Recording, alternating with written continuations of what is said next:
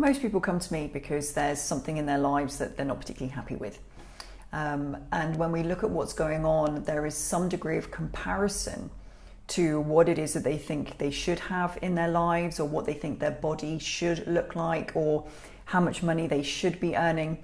And when they compare themselves with that standard or expectation, whether that's something that they've seen on social media or something that is within their peer group, wherever it's coming from, they assess their own self-worth by this expectation or standard outside of them. And if there is a massive gap between this social standard and this social expectation and where they are at in terms of their lives, in terms of how much money they're making, what their body looks like, etc., they interpret that on an assessment of self-worth. If I don't match that expectation, if I don't match that standard, that means I'm not worthy.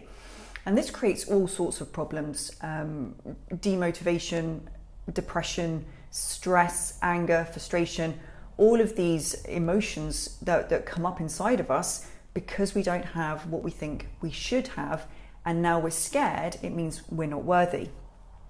And I want to share with you today a story of a client that I worked with who was 55. She had a chronic illness and she was really struggling with her self-worth. She was absolutely terrified that because of her chronic illness and because of her age, she wasn't worthy and she was not going to be able to find employment and make a living and survive.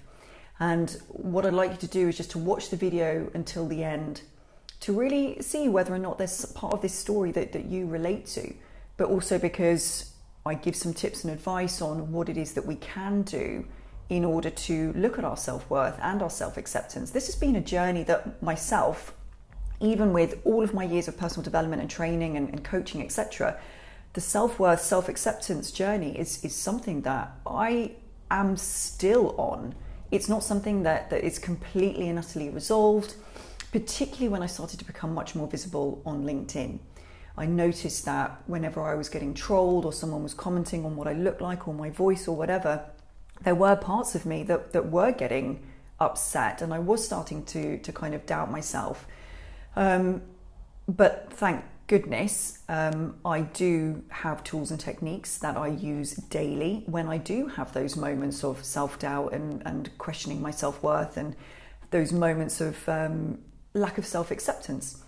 But it is an ongoing journey, and I hope that this video will give you just some tools and techniques that you can use starting from today to help you with whatever self-acceptance and self-worth issues that you're going through right now.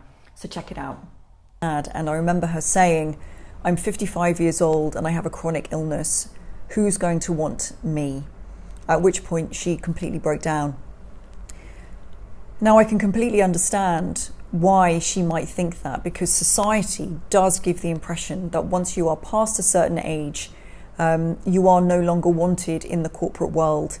And not only that, there is still a whole bunch of stigma around chronic illness, mental illness, etc. And so when she was saying to me, I'm 55 years old, who's going to want me? What she's communicating to me is that she had bought into the belief that at 55 and with a chronic illness, she was now going to be useless to society, which obviously is not true. Now, from a coaching perspective, what we're going to be working on is not about whether or not society accepts her at the age of 55 with a chronic illness. It's really about, can she accept herself at the age of 55 with a chronic illness? Can she look at herself in the mirror and say, even at the age of 55 and even with this chronic illness, I am still a beautiful human being and I appreciate everything about me.